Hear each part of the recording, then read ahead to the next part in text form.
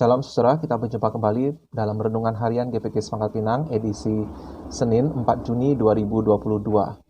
Di bulan yang baru ini saya akan membahas tema yang berkaitan dengan gereja, karena gereja kita pada bulan ini membahas tentang tema gereja. Saya beri judul seri selama bulan Juni ini, Merayakan Gereja. Dan untuk episode pertama dalam seri ini, saya akan membawakan renungan yang saya beri judul Dampak dari satu jiwa. Untuk memulai, mari kita berdoa, memohon dari Allah kita memberikan hikmat kepada kita. Mari kita berdoa. Tuhan, kami bersyukur karena sudah 5 bulan telah berlalu di tahun 2022 ini. Ada banyak hal yang telah kami lalui ya Tuhan, bersama dengan Engkau ada suka dan duka. Dan tibalah kami di bulan yang baru, bulan yang ke-6 di tahun ini. Dan di dalam renungan harian setiap Senin, hamba-Mu akan menyampaikan seri yang berkaitan tentang gereja, bagaimana kami merayakan bahwa Engkau punya rencana terhadap gereja-Mu ya Tuhan.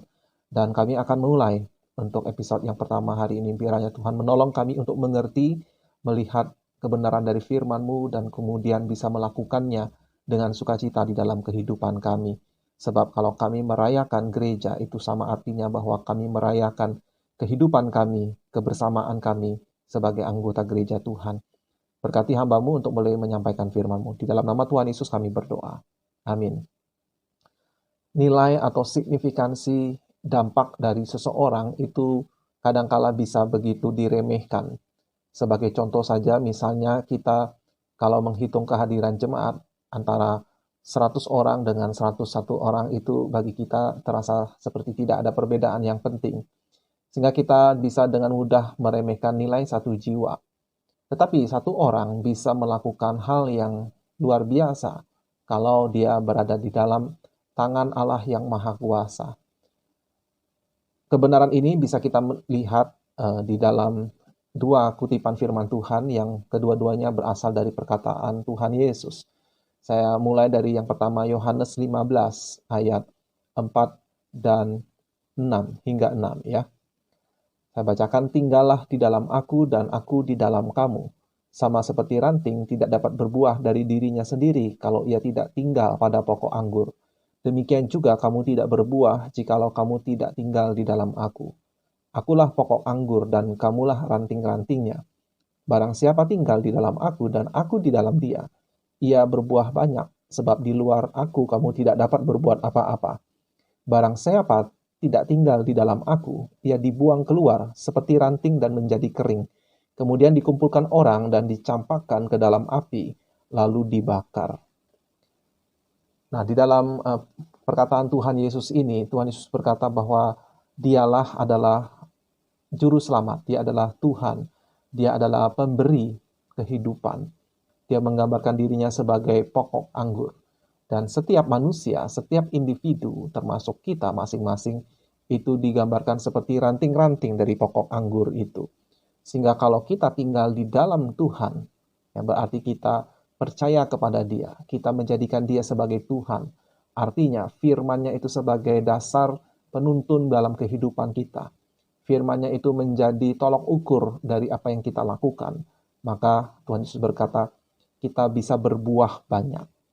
Ya, berbuah banyak. Satu ranting bisa menghasilkan banyak buah.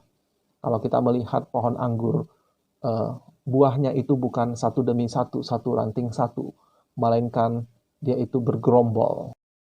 Ya, satu kumpulan, dan itu melekat pada satu ranting bisa menghasilkan buah yang begitu banyak. Tentu saja syaratnya adalah bahwa ranting itu harus tinggal atau terhubung dengan pokoknya. Ya, pokoknya itu adalah yang menunjang, berakar ke dalam tanah, menghasilkan kehidupan bagi ranting-rantingnya. Yesus memberikan ilustrasi setiap individu bisa berbuah banyak kalau tinggal di dalam Tuhan. Dan yang kedua adalah kutipan dari Matius pasal 13. Saya bacakan mulai dari ayat 18. Karena itu dengarlah arti perumpamaan penabur itu. Kepada setiap orang yang mendengar firman tentang kerajaan surga tetapi tidak mengertinya, datanglah si jahat dan merampas yang ditaburkan dalam hati orang itu. Itulah benih yang ditaburkan di pinggir jalan. Benih yang ditaburkan di tanah yang berbatu-batu ialah orang yang mendengar firman itu dan segera menerimanya dengan gembira. Tetapi ia tidak berakar dan tahan sebentar saja. Apabila datang penindasan atau penganiayaan karena firman itu, orang itu pun segera murtad. Yang ditaburkan di tengah semak duri ialah orang yang mendengar firman itu, lalu kekhawatiran dunia ini dan tipu daya kekayaan menghimpit firman itu sehingga tidak berbuah. Yang ditaburkan di tanah yang baik ialah orang yang mendengar firman itu dan mengerti, dan karena itu ia berbuah, ada yang 100 kali lipat, ada yang 60 kali lipat, dan ada yang 30 kali lipat. Amin. Jadi perumpamaan tentang penabur yang menaburkan benih, dan benih itu jatuh ke 4 tempat yang berbeda. Yang pertama adalah yang paling tidak baik, yaitu di pinggir jalan. Orang yang mendengar tetapi tidak mengerti, ya, orang yang mendengar tetapi tidak mengerti, sehingga kemudian dia cepat melupakan, ya, dia tidak mengerti, datanglah si jahat merampas yang ditaburkan dalam hati orang itu. Jadi dia tidak ingat apa-apa, tidak sempat bertumbuh. Yang kedua adalah benih yang ditaburkan di tanah berbatu. Mendengar, menerima dengan gembira, jadi ada pertumbuhan. Tetapi karena di batu-batu, dia tidak cepat, dia tidak bisa berakar, ya, hanya tahan sebentar saja. Yang digambarkan sebagai penganiayaan, penindasan karena firman itu, ya, tekanan dari dunia tentang karena firman itu, sehingga orang itu segera murtad. Jadi ini sebetulnya sama buruknya, tetapi setidak-tidaknya dia mengerti dan sempat ada pertumbuhan. Tetapi itu pun tidak berguna karena pada akhirnya mati. Dan yang ketiga adalah orang yang mendengar firman itu, berarti dia mengerti, dia mengingat, tetapi karena kekhawatiran dunia ini, lalu tipu daya kekayaan. Jadi ada dua. Yang satu khawatir akan hidupnya, lalu yang kedua adalah godaan dari kekayaan, sehingga menghimpit firman itu, tidak berbuah. Jadi dikatakan tidak berbuah, berarti pohon itu hidup, benih itu hidup. Ada daun, ada batang, ada akar, tetapi tidak berbuah. Ya, sangat ironis. Juga tidak ada gunanya. Lalu yang terakhir adalah yang jatuh di tanah yang baik. Orang yang mendengar firman, mengerti, karena itu ia berbuah. Ini menunjukkan bahwa dia melakukan. Dan buahnya itu ada yang 100 kali lipat, ada yang 60 kali lipat, ada yang 30 kali lipat. Jadi nilai dari seseorang bisa menghasilkan banyak. Jadi potensi dari satu orang itu sebetulnya kalau berada di dalam Yesus Kristus, ada di tangan Allah, itu bisa menghasilkan hasil yang berlipat ganda. Oleh sebab itu, kita tidak boleh meremehkan nilai dari diri kita, Bapak Ibu Saudara-saudari sekalian. Sayangnya, kalau kita melihat dari 3 benih yang jatuh ke tempat yang tidak baik itu, maka ada orang-orang yang menyanyiakan potensinya karena serangan dari luar, tekanan dari luar, ya, dari iblis, ya, dari dunia ini, penganiayaan, sehingga dia potensinya itu menjadi tidak maksimal atau bahkan menjadi sia-sia. Ada orang yang bahkan menyia-nyiakan potensinya sampai ke liang kubur. Seandainya dia memaksimalkan hidupnya, dia tidak khawatir, dia tidak takut pada penganiayaan. Bahkan dia menganggap kalau dia menderita karena nama Tuhan itu sebagai kehormatan, maka dia akan menghasilkan buah yang banyak, yang mungkin dia sendiri tidak menduganya. Tetapi ada orang-orang yang potensinya tersia-siakan karena tekanan dari dirinya sendiri, ya. Dia membuat alasan-alasan atau dia membuat batasan-batasan terhadap dirinya. Saya belum siap, ini bukan bidang saya terlalu sibuk, ada orang lain yang lebih cakap dari saya, dan lain sebagai macamnya. Sehingga pada akhirnya dia tidak melakukan apa-apa atau potensinya menjadi tidak maksimal.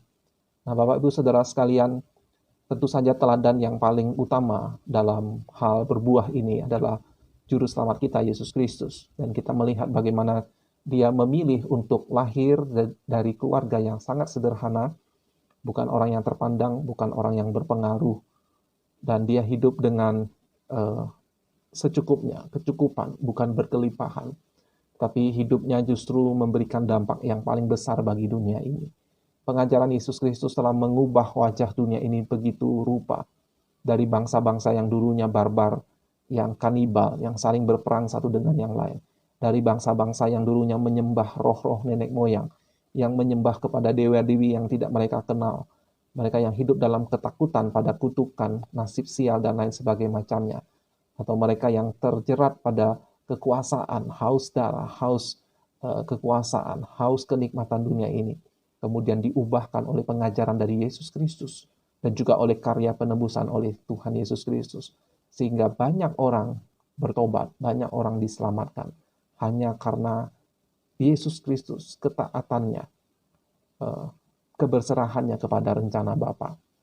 Dan ini kadangkala mungkin bisa membuat kita berkecil hati. Dia kan Allah, dia adalah juru selamat. Sedangkan siapakah saya?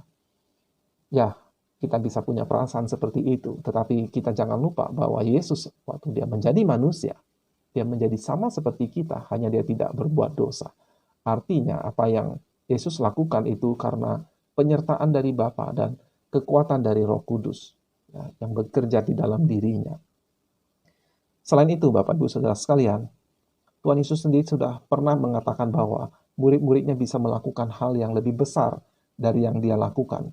Memang ada banyak tafsiran bagaimana untuk mengartikan kata-kata Tuhan Yesus ini. Tetapi cukup bagi kita untuk hari ini untuk memahami bahwa ketika Yesus mengatakan hal itu, dia bermaksud agar murid-muridnya jangan berkecil hati. Murid-muridnya jangan menganggap remeh dirinya. Agar murid-muridnya jangan menganggap tugas yang Yesus berikan kepada mereka itu terlalu besar, terlalu berat, melampaui kemampuan mereka. Ya, betul, itu terlalu berat, itu melampaui kapasitas mereka kalau mereka bekerja sendiri, kalau mereka berusaha berbuah lepas dari akarnya, ya, lepas dari pusatnya, Yesus Kristus. Itu tidak akan sanggup, tidak akan bisa menghasilkan buah. Tapi kalau kita ada di dalam Yesus Kristus, kita melekat pada pokok anggur itu, maka disitulah kita akan berbuah lebat, menghasilkan buah-buah pertobatan, menghasilkan buah-buah bagi kemuliaan Allah, sehingga hidup kita menjadi berarti. Bahkan Bapak Ibu Saudara sekalian, di luar Kristus, hidup kita tidak berarti. Yesus sudah mengatakannya. Di luar aku kamu tidak dapat berbuat apa-apa. Apakah Yesus berkata, di luar Yesus kita menjadi seperti mati, kita seperti patung yang tidak bisa bergerak? Bukan. Kita bisa melakukan banyak hal di luar Kristus. Tetapi yang Yesus maksudkan, semuanya itu akan sia-sia. Semuanya itu akan hangus di hadapan Allah, penghakiman Allah. Itulah Yesus katakan, di luar aku kamu tidak dapat berbuat apa-apa. Di dalam surat Roma, Paulus mengatakan sebab segala sesuatu yang dilakukan di luar iman itu adalah dosa. Artinya kalau dilakukan di luar Kristus, artinya tidak ada gunanya. Karena semua yang dilakukan itu di dalam dosa-dosa kita, bahkan hal-hal yang kita anggap baik, bahkan hal-hal yang dunia ini pandang, oh itu mulia. Tapi kalau itu dilakukan di luar Yesus Kristus, maka itu dilakukan di dalam status dosa, maka akan sia-sia. Oleh sebab itu kita bersyukur pada Tuhan kalau kita bisa percaya pada Injil, kita bisa memiliki iman, sehingga segala jerih lelah kita tidak sia-sia. Segala sesuatu yang kita lakukan demi Kristus, karena Kristus, demi kemuliaan Allah, itu akan bernilai kekal. Kiranya renungan hari ini boleh menolong kita untuk merayakan gereja. Dan gereja itu adalah kita. Gereja itu bukan gedung. Gereja itu adalah Anda dan saya. Tubuh Kristus, umat Allah yang Yesus beli dengan darahnya sendiri. Kiranya kita merayakan nilai dari diri kita masing-masing. Bukan karena kuat dan gagah kita, melainkan karena Yesus Kristus yang menebus kita dan yang sekarang bekerja di dalam kita dan melalui kita. Biarlah segala kemuliaan hanya bagi nama Tuhan. Sampai jumpa di episode berikutnya. Tuhan Yesus memberkati.